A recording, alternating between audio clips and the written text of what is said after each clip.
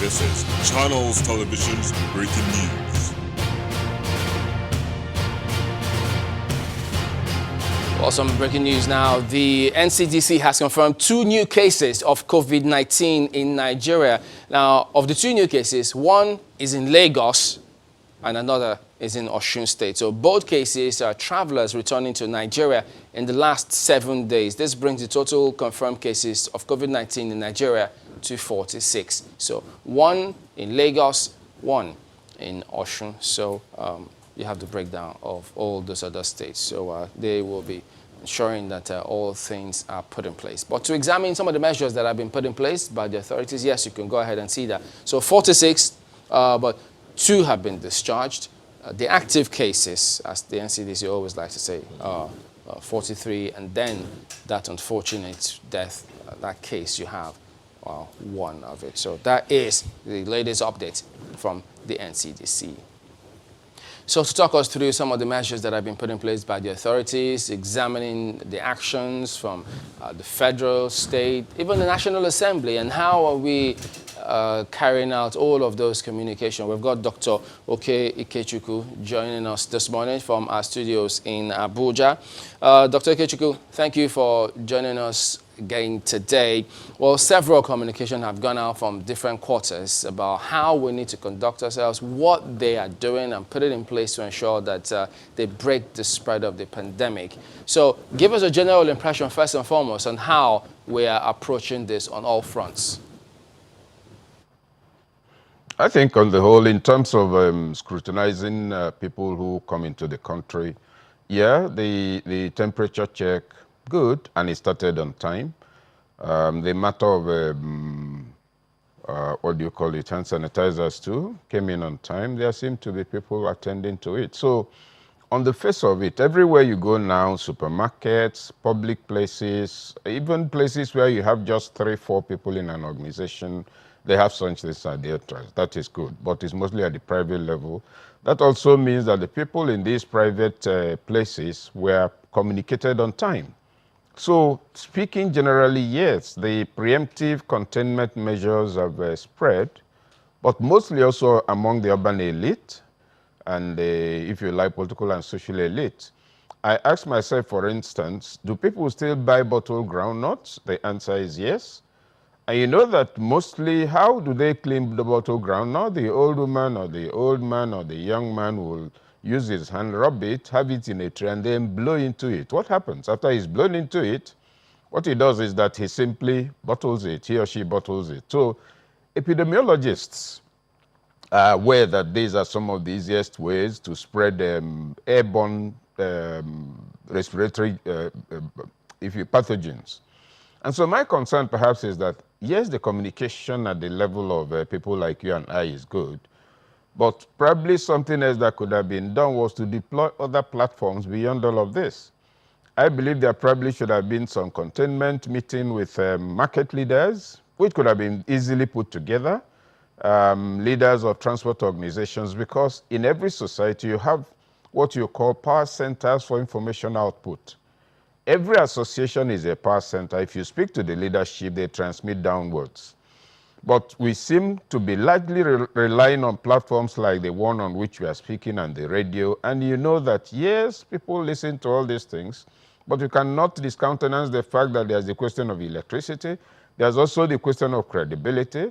There's a question of outright ignorance, wherein some people will just say, oh, well, it's government people, it's Abuja people, so this thing doesn't concern us. But I imagine that if some kind of briefing takes place within the leadership of various group platforms, what will then happen is that transmission credibility gains a minimum of 60% mileage. Namely, assuming I'm a town union president, and I've come to a clear understanding of all of this, it's possible for me to transmit downwards. Assuming I'm the leader of the National Union of Road Transport Workers in a park, just a particular park in Osun, and I place a few things on the table. This is what this disease is. This is how it works. This is how it can kill people. Even if most of my members don't believe me, at least 40% would. So that drill down, I think, needs to still occur, because in many rural areas and outside the broad urban centers, there's really some skepticism about it. And one thing is clear, which makes containment easier to understand. Practically every available evidence indicates that it came in from outside the country, and new cases are traced to people who have been outside the country. To that extent, then, the matter of isolation is an issue. But what creates genuine worry, if you recall, the federal government early enough declared I had made, I think, 386 million available. There was no project management approach to the containment. Dr. Kechuku, just a minute. Use of that fund. Before you move on to that next point, let me follow up on some of the issues you raised initially regarding grassroots messaging of some of these. Now, that's a very crucial one because, yes, you mentioned how, the granule sellers, how those things are sold and processed. But what would you say then, whether or not this messaging is getting to the grassroots? Because, for instance, now, the local delicacy, which it also goes with the granules, is, I think they call it bola in Port Harcourt, roasted plantain bola in Lagos. So they're still carrying on. Is it that they get the message and feel, well, there's nothing we can do, we have to eke a living on a daily basis, or they don't get the message? What do you think? No, the truth of the matter is that most of the people don't, because the platforms through which they get message is not access to the information dissemination. You have people who mostly get actually their message from gossip points, active areas in the supermarket, where you have people who gather to discuss transport, Okada, and the rest of it. Now, if I'm a bully seller, just let's create a scenario, hypothetical. I get up in the morning, I already had my bully, I choose the ones I'll go. I go set up my shop, and I begin to roast and sell, or I begin to carry about. The question I will then ask is, who has he come in contact with in the last 10 hours? Members of my family, my neighbors, those who sell bully to me, who sell the fresh plantain to me. And so it boils down to the fact that I'm actually totally isolated from the platforms already recognized for official communication. I'm not taken into consideration. So I live my life totally, even possibly oblivious of the fact that it exists. So the point I'm making is that you have a rather large population of Nigerians who fall within the category of those you can say that, yeah, the communication is not available to them.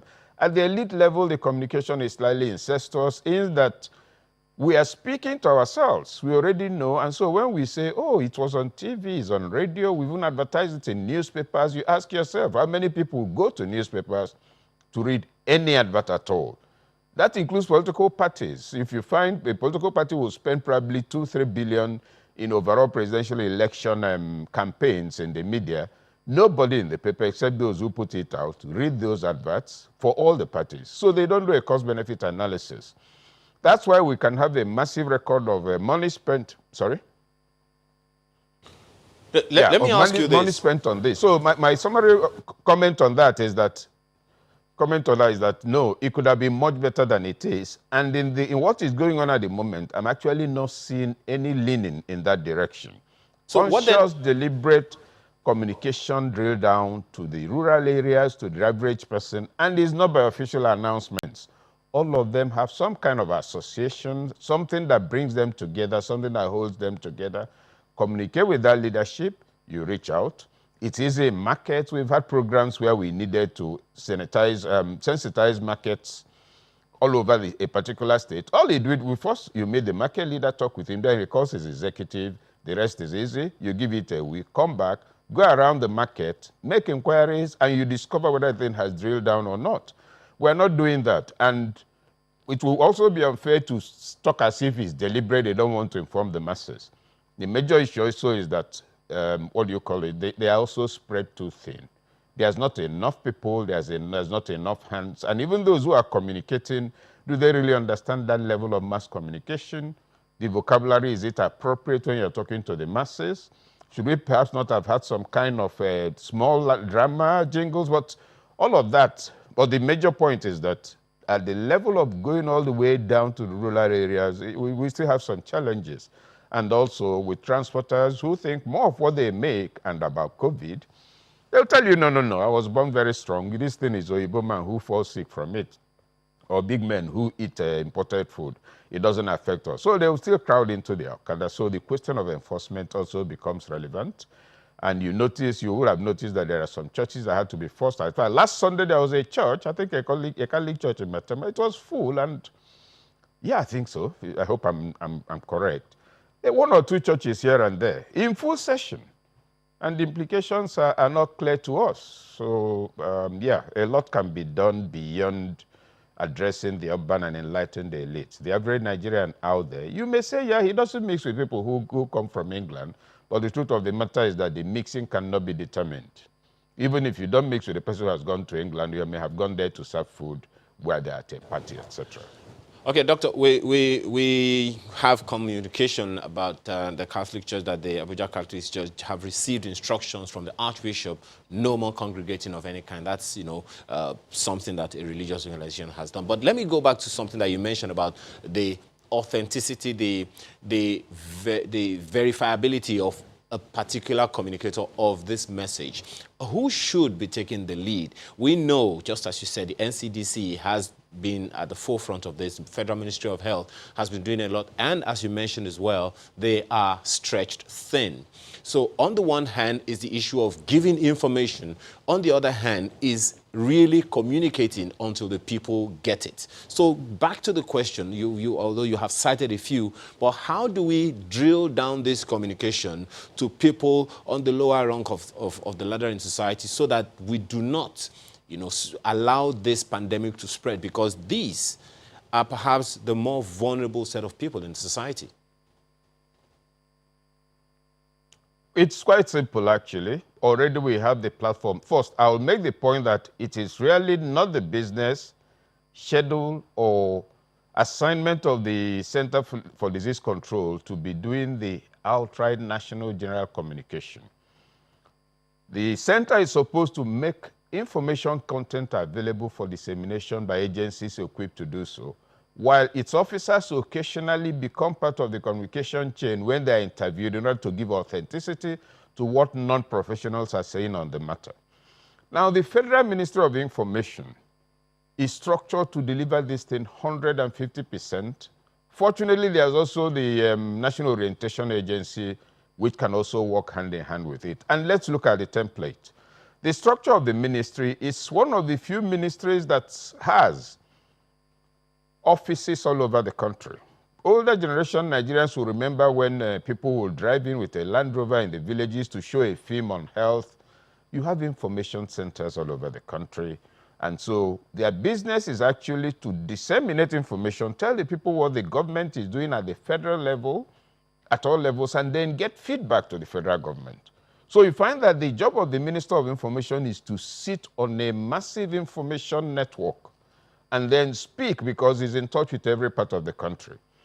Today, that template exists as a framework, but it's not operational, because you find that, no. In fact, to cap the chain, that's why there's a National Information Center where any media person could go and get what he wants without having to talk to the information minister.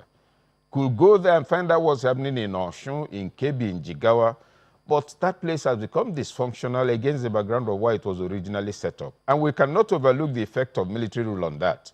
Announcements took over, so progressively the network became useless as a source of information for those who want information.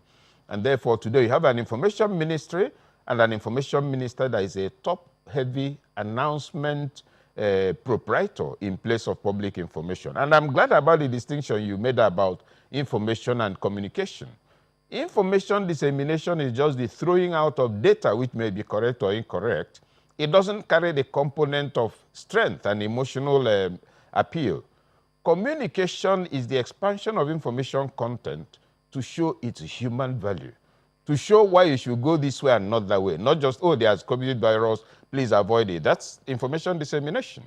There's COVID virus, it kills. If he kills somebody, he could actually end the academic career of other people who are dependent on him. He could do this. Then you create a community of information assessors who now see the connection between what they do or do not do and the data you're making available. That is non-existent. The National Orientation Agency is not empowered. It's not enabled to function. It has offices all over the country. That is one thing it can do. The Ministry of Information has gotten accustomed to a template. It's been running for too long. And if you recall, the attempt to recreate information centers, I think 2004 under Chikelo, subsequently was abandoned. Nigerians don't need to listen to Lai Mohammed to know what is going on anywhere at all, including in Abuja, because this, if you like, the information arteries are supposed to be fully automated and functional. It's not functioning anymore. Why is it that chief press secretaries come from the Ministry of Information?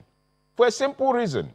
They are posted there to every minister so that on a daily basis, the information minister of the Federal Republic of Nigeria knows what's going on in every ministry. That's why they are there. They're not there as PR personnel for the minister concerned.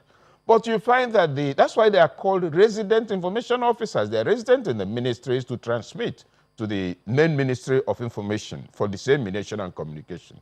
Now, all of these have become dysfunctional because people manning and managing and administering all these things have no idea why those structures exist. And so you find that we're not doing what we ought to do.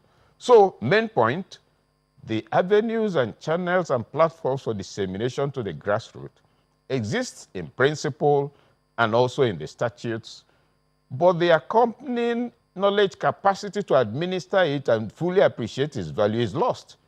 That's why press may be running after the Minister of Information or listening to what a commissioner has said instead of knowing that there should be a national press center that gives you everything. Why is it that if you want anything from the U.S., you go to the USIS, that's the United States Information Service? Why is it? Why don't you hear their ministers of information? They are following the template I described. We've inherited and instituted the template. It was working in the past. Today, it no longer works because it's easier to stay in Abuja, take some money and say you're organizing a town hall meeting for Nigerians to be educated. You locate it in either the International Conference Center or Yaradua Center, and then you address people like me and you. While it's going on, 60 to 80% of the people are sleeping. Most of them came with prepared scripts. Anybody, after reading his script, he goes away. So in the end, you say, yes, we've had town union meetings all over the state. You just went and addressed big men like yourself, spend some money, show record of town union meetings, and go away. It is not a town union meeting. It's a consultative, or if you like, mutual punishment of important people. They inflict on themselves in an air-conditioned room with long speeches that they don't listen to. And from it, they go home tired and need to rest. Okay. Well, we'll come back to you in a moment, but we just need to also get some a perspective from Dr. Valentine Amoifo, who is the chairman of the Nigerian Medical Association in Edo. He joins us live via Skype from Benin City. Good morning, Dr. Amoifo. Thank you for joining us today. So, yes, at least the state is grappling with one known case at the moment. How is this being handled from your perspective at the moment? Thank you very much for having me on your program. We all know that the coronavirus is no longer news to us, but if I may say briefly, I think painfully enough, Nigeria is almost making the mistake several nations have made. That's the mistake of not taking actions promptly. Because many of us before now has clamored that closure of borders, for instance, should have happened long before now, as soon as we saw the pandemic spreading. But we delayed on that, and we got so many cases into the country. Haven't done that. I still think we've not taken enough steps to actually profile those who are coming in, right from the airports to the manifest, to know their destinations, and proper contact tracing. If you notice, the cases are beginning to rise on a daily basis, which is quite worrisome for us in the health sector because we know the Nigerian health sector is far from being prepared. At times, we should take these things like as if they are just a game. I want to start by looking at the figures. We know that this virus is not very lethal. Not many people who are infected, will come down with severe disease. But if you say, for instance, we say Nigeria had a population of about 170 million. Let's say if we don't act well, 40 to 70% of those people may get infected. Now, if we look at the lower limit of 40%, which is about 68 million, that's a lot. And out of these people, about 80% of them will not be coming down with severe disease. let's assume that only 20% will come down with severe disease that will require hospital admission. That would bring close to in the region of about 13,600,000. Now, out of these 13,600,000 people, about 5% will have very severe disease and will require ventilators to keep them alive. That is almost about 6,800,000 people. I can assure you we don't have up to 50 ventilators in Nigeria, or at most 60 at the most. That will mean that all the other... What about the state health facility? How is Edo State handling this from what you've seen at the moment? Yes, I think the governor has been quite proactive. You know, there's been a state monitoring committee, you know, and the technical committee of which the NMA is really partly is involved fully. I'm a member of that committee. The committee comprises traditional rulers, local government chairmen, union leaders, stakeholders that can take the message to the people, because we know for us information dissemination is key. And by way of preparedness, the NMA is working with the state government to ensure that facilities are beefed up. I think as we speak, we are also lucky that one of the testing centers is in Edo State here. We're able to be tested, and that's the center that is already equipped by way of manpower for handling infectious diseases. So I think it's a major boost to the state. But I think centers have been set up in Benin City, about 3 for isolation of possible cases. And they are hoping to set up one at Edo North. But we think this is still not enough. We are pressing on the governor to do more, you know, to bring in more ventilators, you know, equip these centers, bring in more PPEs, even though they have enough. I think the state is basically on a partial shutdown now. As from today, the markets will be closed partially. Only those selling food items, you know, edibles will be allowed to sell in the market. And the initial crowd restriction of 50 persons have been reduced to 20. As you know, the state has recorded its first, victim of the illness. So I think all hands are on deck, but we believe that the populace needs to be the ones on the forefront.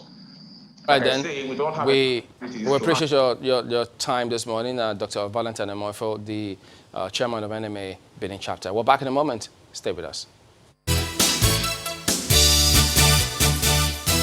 Welcome back. Just to also remind you, as you may have seen on the ticker, the NCDC has confirmed 2 new cases of coronavirus in Nigeria. Of the 2 new cases, one is in Lagos and the other is in Osun. Both cases are travelers returning to Nigeria in the last 7 days. Now, this brings the total confirmed cases of COVID in Nigeria to 46, and you can see the breakdown. Lagos has got 30, FCT has got 8, Ogun 3, and the Ekiti, Oyo, Edo, Bauchi, and Osun all have 1 cases each. Let's get back to Dr. Oke Ikechukwu. You know, the FCT, we spoke to the epidemiologist, as you may have seen before coming on. How are residents of FCT conducting themselves alongside the authorities there? Do you, from what you've seen, is it in line with what you expect? Yeah, largely so. Largely so. Having been around for 2 days now, what you find is that there's no public space you go to, and you don't find some people at the door who will take your temperature and then give you hand sanitizer. Or better still, you go to the automatic dispenser by the entrance. It's all over the place, and there's very limited traffic. I understand the schools are all closed, so you find that the morning traffic rush, which is the school run of many parents, is not happening. And so that has also impacted the volume of human traffic. Ordinarily, too, Abuja is not like Lagos. It has a lot of space between points of human activity. I mean, if somebody in Lagos or in Anambra says he's going to the market, he'll probably get the market. If you're to go there, in terms of physical distance, is a laughable distance when you compare with what's happening in Abuja or most northern cities. So there's a lot of space, and Abuja is a city of mostly concrete and road. So containment appears easy to manage here because distances are wider apart.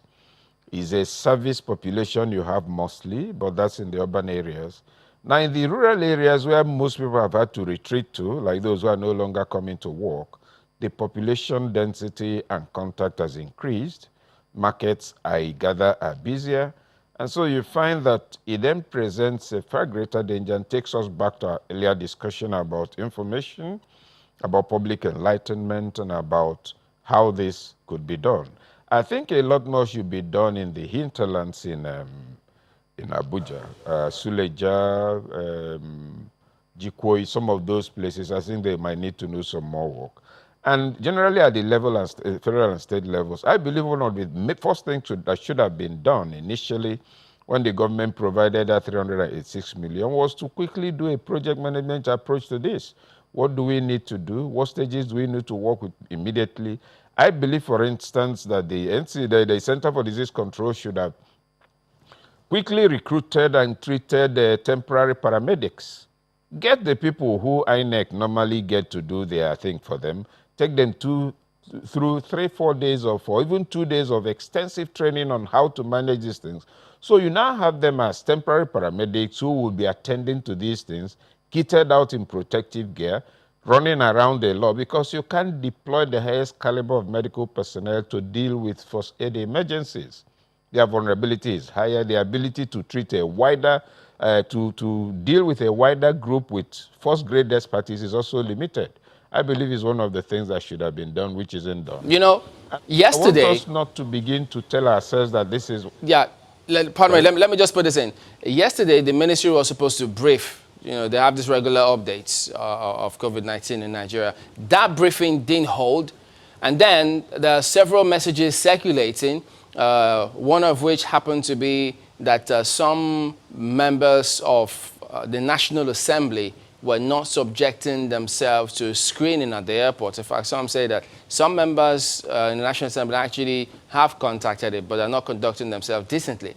What do people do with that perception that some people are not conducting themselves right, given the fact that that briefing didn't hold, leaving people asking, what are they avoiding, given that briefing? Two issues here. First, the National Assembly, and then the briefing. Every citizen, whether he's president, member of House or Senate or whatever, is a citizen of Nigeria. Your status as a member of the House is conferred on you by the decision of the people through an election. And your business is to protect their interests. Some people, once they get into this position, develop a wrong sense of relevance, a wrong sense of precedence over others, and they think the law no longer applies to them. The simple solution is enforcement. You're elected a representative, you're representing my state, my constituency. You're not representing Chamberlain's constituency, so you have no right to misbehave on matters that could affect Chamberlain's constituency. That's where law enforcement comes in. You have the fellow apprehended so that his status becomes clear to him again that he's just a citizen, and that the policeman or orderly he's carrying about will withdraw from him after 4 years. That is not given to him personally, but given to the office he represents. It is a question of enforcement. Sir, you cannot go. 3 weeks ago, and I'm sure the FRS, if anybody from there is watching this, will confirm it. I came into Abuja for something, and we were passing through the place they call NNPC towers, and we saw Federal Road Safety people blocking the narrow security entrance into the NNPC towers. Somebody was in a bulletproof jeep at the back. They said, the officer from the Federal Road Safety Corps said, you cannot drive in, come back out and come down. A lot of vehicles lined up. People were saying also, he said, no, it's about the law. You don't make calls while you're driving. Your big man doesn't extend to this.